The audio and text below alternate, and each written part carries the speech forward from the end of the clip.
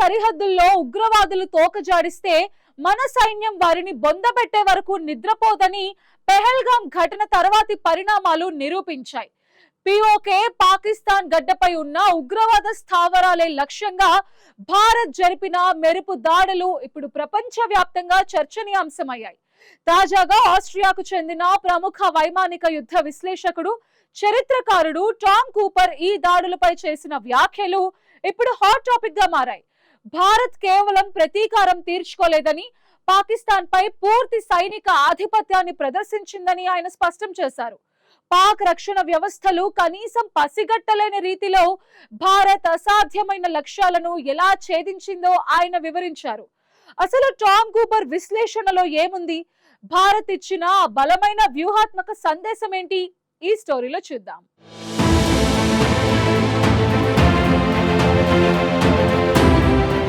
పహల్గాం ఉగ్రదాడి తర్వాత భారత్ చేపట్టిన ప్రతీకార చర్యలు దక్షిణాసియాలో భద్రత సమీకరణాలను పూర్తిగా మార్చేశాయనే అభిప్రాయాలు అంతర్జాతీయ స్థాయిలో వ్యక్తమవుతున్నాయి.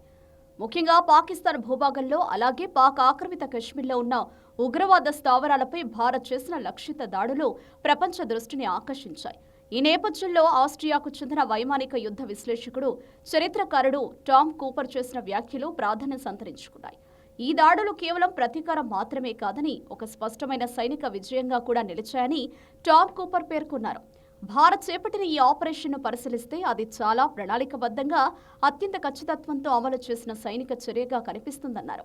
ఉగ్రవాద శిబిరాలను మాత్రమే లక్ష్యంగా చేసుకుని పరిమిత కాలంలో తక్కువ నష్టంతో పూర్తి చేయడం ద్వారా భారత్ తన సాంకేతిక సామర్థ్యాన్ని ప్రపంచానికి చాటిందన్నారు.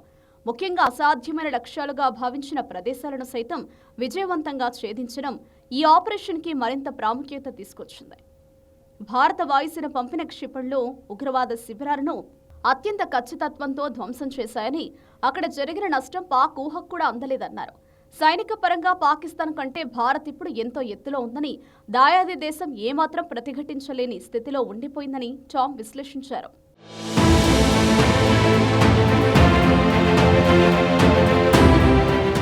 ఈ దాడులు భారత రక్షణ వ్యూహంలో వచ్చిన ఒక పెద్ద మార్పును సూచిస్తున్నాయని టామ్ కూపర్ అభిప్రాయపడ్డారు.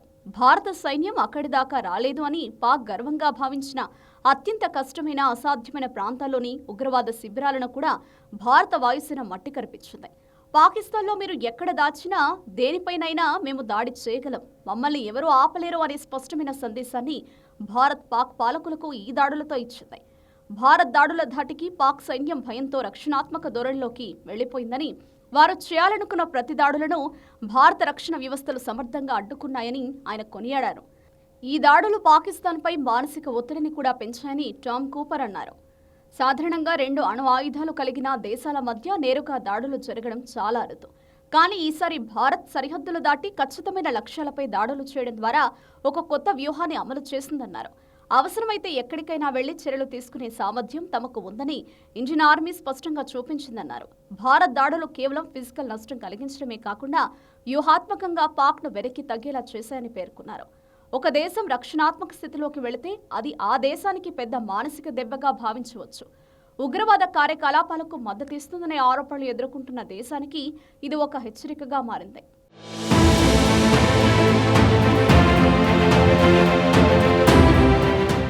ఇక భారత రక్షణ వ్యవస్థల పనితీరును కూడా ఆయన ప్రశంసించారు.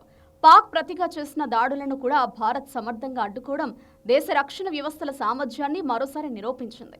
ఇది కేవలం సాంకేతిక విజయం మాత్రమే కాదని, వ్యూహాత్మక విజయం కూడా అని ఆయన పేర్కొన్నారు.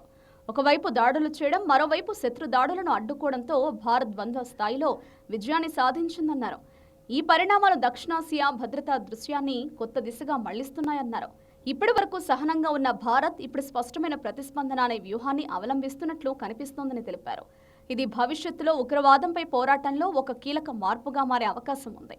పాకిస్తాన్ అంతర్జాతీయ దౌత్య రంగంలో ఉన్న స్థాయిపైన టామ్ విమర్శలు చేశారు. ఇరాన్, అమెరికా మధ్య జరుగుతున్న శాంతి చర్చలకు మధ్యవర్తిత్వం వహించే స్థాయి పాకిస్తాన్కు లేదన్నారు. తన సొంత దేశంలోని ఉగ్రవాద స్థావరాలనే కాపాడుకోలేని స్థితిలో ఉన్న పాకిస్తాన్కు అమెరికా, ఇరాన్ వంటి అగ్రరాజ్యాల మధ్య శాంతి చర్చలకు మధ్యవర్తిత్వం వహించేంత స్థాయి లేదని ఆయన ఘాటుగా విమర్శించారు. దేశం లోపల ఆర్థికంగా, సైనికంగా కుప్పకూలుతున్న పాక్ అంతర్జాతీయ వేదికపై గొప్పలు చెప్పుకోవడం హాస్యాస్పదంగా ఉందని ఆయన వ్యాఖ్యానించారు.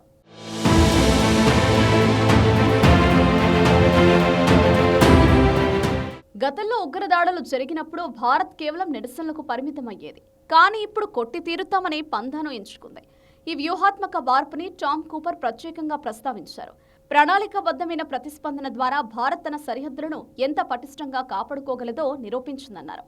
పాకిస్తాన్ ఎంత బుకాయించినా క్షేత్రస్థాయిలో జరిగిన విధ్వంసాన్ని దాచలేకపోతుందని అంతర్జాతీయ సమాజం కూడా గుర్తిస్తోంది. భారత సైనిక శక్తి ఇప్పుడు కేవలం రక్షణకే కాదు, అవసరమైతే శత్రు ఇళ్లలోకి దూరి చంపేంత సామర్థ్యాన్ని కలిగి ఉందని ఈ దాడులు చాటి చెప్పాయన్నారు. ఈ వ్యాఖ్యలు పాక్కు రాజకీయంగా దెబ్బగా భావించవచ్చు. ఒక దేశం అంతర్జాతీయంగా ప్రభావం చూపాలంటే అది సైనికంగా, ఆర్థికంగా, దౌత్యపరంగా బలంగా ఉండాలి. కానీ ప్రస్తుతం పాకిస్తాన్ ఆ స్థాయిలో లేదని ఆయన స్పష్టం చేశారు. ఇదే సమయంలో భారత్ ఈ ఆపరేషన్ ద్వారా ప్రపంచానికి ఇచ్చిన సందేశం చాలా స్పష్టంగా ఉంది. ఉగ్రవాదాన్ని ఎక్కడి నుంచైనా ప్రోత్సహించినా దానికి తగిన ప్రతిస్పందన తప్పదనే సంకేతాన్ని ఇచ్చింది. ఇది కేవలం పాకిస్తాన్కే కాదు, ప్రపంచంలోని ఇతర దేశాలకు కూడా ఒక హెచ్చరికగా భావించవచ్చు.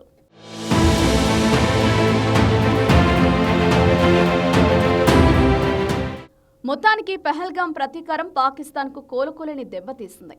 ఆపరేషన్ సింధూర్ భారత్ సాధించిన సైనిక విజయానికి ఒక నిదర్శనమని టామ్ కూపర్ పేర్కొన్నారు.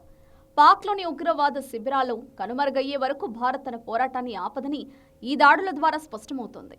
దాయాది దేశం ఇకనైనా ఉగ్రవాదాన్ని వీడకపోతే భవిష్యత్తులో మరిన్ని ఘోర పరాజయాలు తప్పవని విశ్లేషకులు హెచ్చరిస్తున్నారు.